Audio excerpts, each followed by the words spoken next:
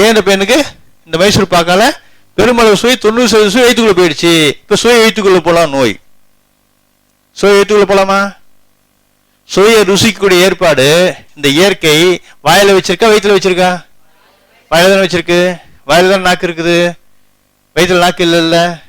அப்ப சாப்பிட்ற உணவுக்கு சுவையெல்லாம் எங்கேயே சுவைச்சாத்து போகணும், நாக்கிலே முழு சுவைக்கப்பட வேண்டும்.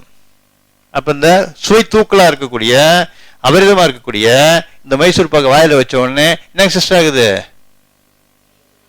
10% ருசிக்கு போடும், மீது 90% சுவைகள் உமிழ்நீரை கலந்துக்கிட்டு வயிற்றுக்குள்ள போயிடும். சுவை வயிற்றுக்குள்ள போயிடுச்சு, நோய்.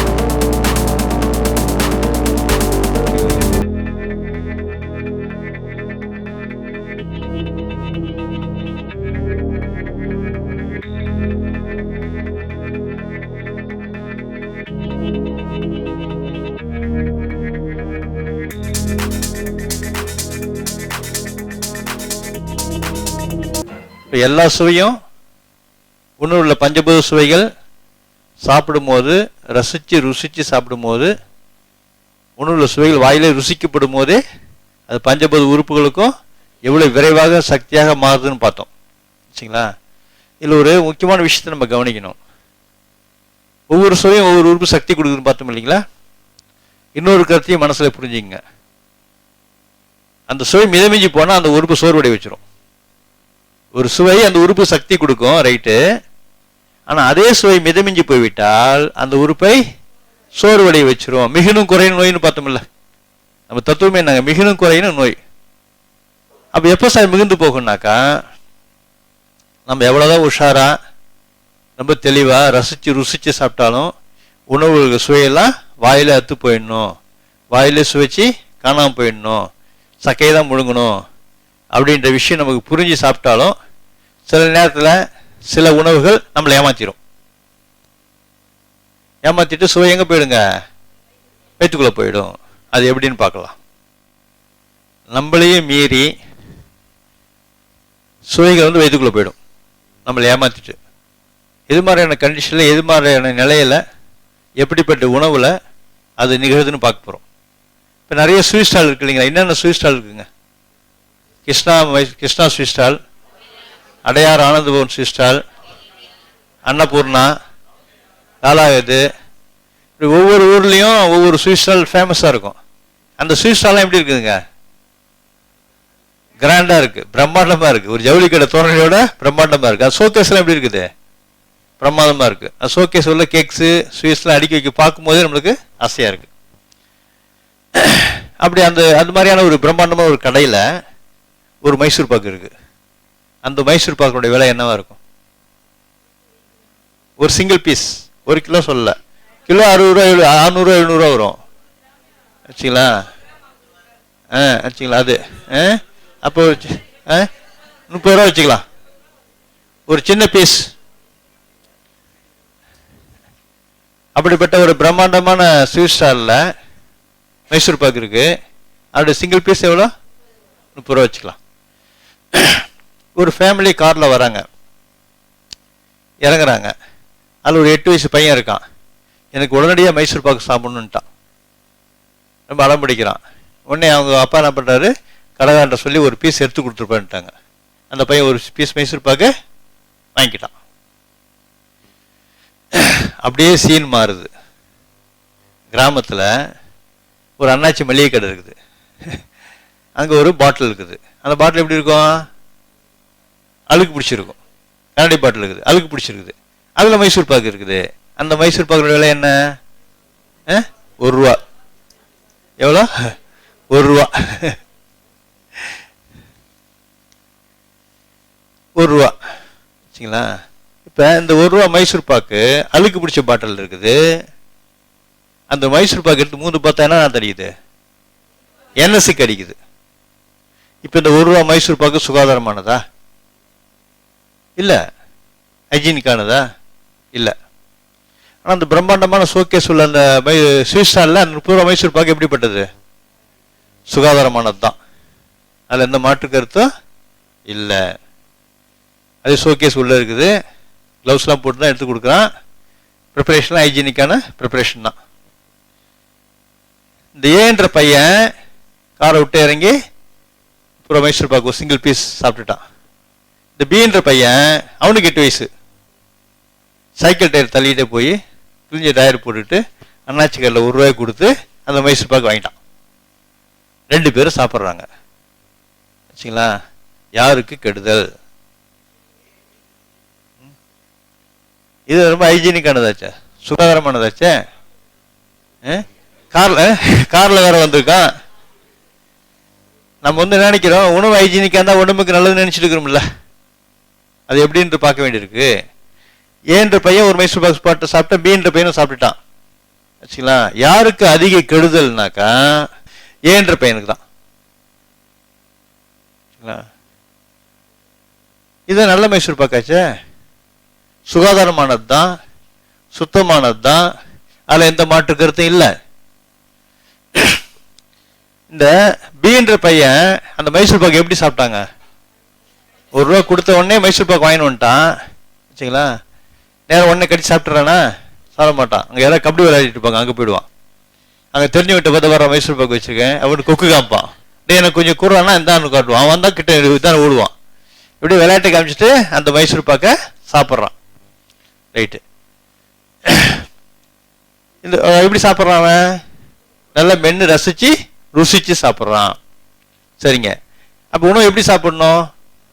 ரசித்து ருசித்து சாப்பிட்டா அதில் உள்ள சுவைகள் எல்லாம் வாயிலேயே ஜீரணிக்கப்பட்டு நாக்கால் ருசிக்கப்பட்டு அதாவது உறுப்பு சக்தியாக மாறணும்னு பார்த்தோம் இல்லைங்களா? சரிங்க. அப்போ உணவு என்ன பண்ணணும்? நல்லா ருசித்து ரசித்து சாப்பிடணும். ஏன்ற பையன் அந்த மைசூர் பாக்கு சாப்பிட்றான். எப்படி சாப்பிட்றாங்க? வேகமாக அவன் சாப்பிடல, அவனும் வேகமாக சாப்பிடல. அந்த ஏன்ற பையன் மைசூர் பாக்கு வச்ச உடனே காணாமல் போயிடுது. அவன் என்ன பண்ணுவான்? அவன் ஆசையை அந்த மைசூர் காஸ்ட்லியான அந்த மைசூர் பாக்கு இப்படி வாயில வச்சோடனே என்ன சரியாகுது? டக்குன்னு காணாமல் போயிடுது. காணாமல் எங்கே போயிடுச்சு? வயிற்றுக்குள்ள ஓடி போச்சு. அந்த ₹1 மைசூர் பாக்கு வாயில் வச்சா எப்படி இருக்கும்? அசையாமல் அப்படியே இருக்கும். அசையே அசையாது. நாக்கில் சொல்லிட்டுங்க, எச்ச போடுங்க, பல்ல ஒரு வெட்டணும், கடா பல்ல. அப்போ தான் கொஞ்சம் அசைஞ்சு கொடுக்கும். ஆனால் அந்த ஏன்ற பையன் சாப்பிட்ற மைசூர் பாக்கு இப்படி வாயில் வச்சோன்னு காணாமல் போயிடுது, வயிற்றுக்குள்ள ஓடி போயிடுது. ஏன் போயிடுதுனாக்கா, நம்ம உணவுல சுவையை கூட்டுறதுக்காக ஃபைசியஸ்லாம் அதிகம் பண்ணாக்கா அபரிதமான சுவைகள் எந்த உணவுல இருந்தாலும் அது வாயை ஏமாத்திட்டு வயிற்றுக்குள்ள போயிடும். புரியுதுங்களா? அபரிதமான சுவை அது இனிப்பாக இருக்கலாம், காரமாக இருக்கலாம், புளிப்பாக இருக்கலாம், தோற்பாக இருக்கலாம், எது வேணா இருக்கலாம். ஒரு உணவுல சுவை அபரிதமாக இருந்தால் அதில் உள்ள சுவை 10% தான் வாயில ருசிக்கப்படும் நாக்கால். மீதி 90% சுவைகள் என்ன பண்ணாக்கா உமிழ்நீரை கறந்துக்கிட்டு உள்ள ஓடி போயிடுவார். நீங்க ஊறுகாய் தொட்டா என்ன ஆகுது?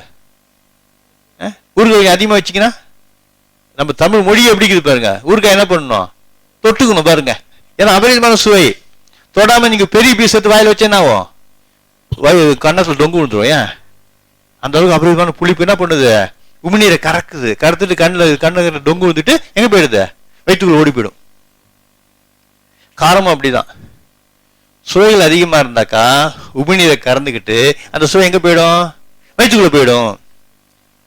அப்போ ஒரு பீஸ் 30 ரூபா மைசூர் பாக்கு ஹைஜீனிக்கானது, சுகாதாரமானது, பெரிய ஷோகேஸ் உள்ள வச்சிருக்கான். அந்த மைசூர் பாக்கை எடுத்து இந்த ஏன்ற பையன் இப்படி வாயில வச்சோன்னு என்ன ஆகுது? ஓடி போயிடுது. உமிழ்நீரை கறந்துக்கிட்டு எங்க ஓடி போயிடுது? வயிற்றுக்குள்ள ஓடி போயிடுது. ஏன்? அதுல எல்லாம் தூக்கல், நெய் தூக்கல், இனிப்பு தூக்கல், ரேட்டு தூக்கல், அதனால உள்ள போயிடுது. சரிங்களா? அப்ப சுவை என்னாச்சு? ஏன்ற பையனுக்கு இந்த மைசூர் பாக்கால பெருமளவு சுவை 90% சுவை வயிற்றுக்குள்ள போயிடுச்சு. இப்ப சுவை வயிற்றுக்குள்ள போலாம். நோய் சுவை வயிற்றுக்குள்ள போலாமா? சுவையை ருசிக்கக்கூடிய ஏற்பாடு இந்த இயற்கை வாயில வச்சிருக்கா, வயிற்றுல வச்சிருக்கா? வாயில தானே வச்சிருக்கு. வாயில் தான் நாக்கு இருக்குது, வயிற்றுல நாக்கு இல்லைல்ல. அப்ப சாப்பிட்ற உணவுக்கு சுவையெல்லாம் எங்கேயே சுவைச்சாத்து போகணும், நாக்கிலே முழு சுவைக்கப்பட வேண்டும். அப்ப இந்த சுவை தூக்கலா இருக்கக்கூடிய அபரிதமா இருக்கக்கூடிய இந்த மைசூர் பாக்கு வாயில வச்ச உடனே என்ன சிஸ்டர் ஆகுது, 10% ருசிக்கு போடும், மீது 90% சுவைகள் உமிழ்நீரை கலந்துக்கிட்டு வயிற்றுக்குள்ள போயிடும். சுவை வயிற்றுக்குள்ள போயிடுச்சு, நோய். சுவை வயிற்றுக்குள்ள போனா நோய். இந்த பீன்ற பையன் 1 ரூபா மைசூர் பாக்கு சாப்பிட்றான், அழுக்கு பிடிச்ச பாட்டில் இருக்குது, நல்ல ஹைஜீனிக்கான ப்ரிப்பரேஷன் கிடையாது, எனக்கு கட்டுப்படி ஆகாது, என்எஸ்சி கிடைக்குது. அது சுவை இனிப்பு எப்படி இருக்கும், 1 ரூபா மைசூர் பாக்கில் பெரும்பாலும் இனிப்பு இருக்காது, கட்டுப்படி ஆகாது இல்லையா. அப்ப அந்த 1 ரூபா மைசூர் பாக்க பீன்ற பையன் எப்படி சாப்பிடுவான், நல்லா ருசிச்சு சாப்பிடுவான், எலி கொறிக்கிற மாதிரி சாப்பிடுவான். அதை என்னங்க, எலி கொறிக்கிற மாதிரி சாப்பிடுவான். அதோடைய கடலமாவு ருசிக்கு முதல் கொண்டு இவன் உணர்வான். ஆனா ஏன்ற பையனுக்கு அது கடலமாவு செஞ்சுனே தெரியாது.